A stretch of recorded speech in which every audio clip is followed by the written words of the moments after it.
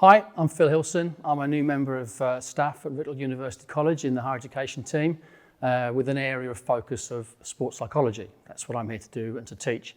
And I'm also responsible for putting together the new health and exercise psychology degree course that we're looking to start from September of 2023.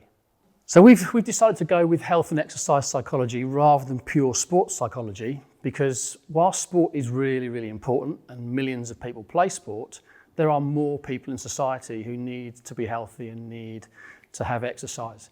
A lot of the theory and the concepts and the practical applications that have been used in sports psychology for many years are equally applicable in the health settings or in exercise settings, such as an exercise class or a walking club or something of that nature.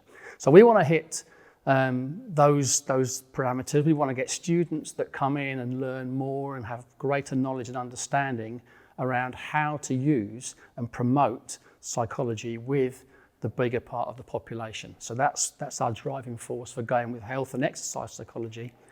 Second part to that is obviously with the COVID issues that we've had in the last few years, issues of young people's mental health through lack of activity and lack of sporting and physical activity participation.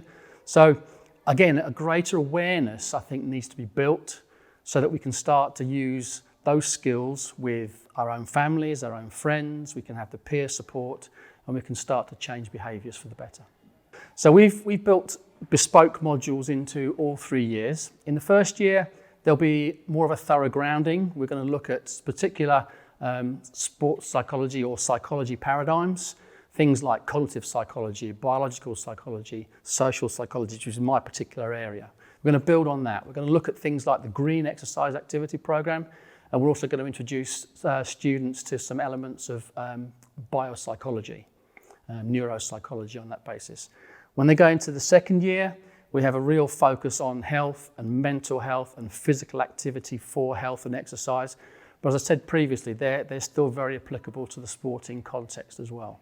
So a student who comes in with an exercise mentality or a sports focus, they can use the theory and concepts and we'll allow them to be applying that into the area they want to do. In the third year, they've got obviously their dissertation or capstone project to run, but we've got, again, some very interesting areas there about the coach-athlete relationship and the actual practice of exercise psychology, what the guys do when they've got the full qualifications.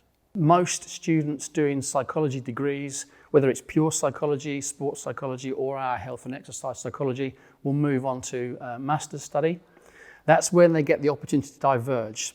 They could do the PhD route following that and go with the academic side of things, or with an MSc, they could either then choose to go towards the sports psychologist title using either the BASIS or the BPS accreditation process.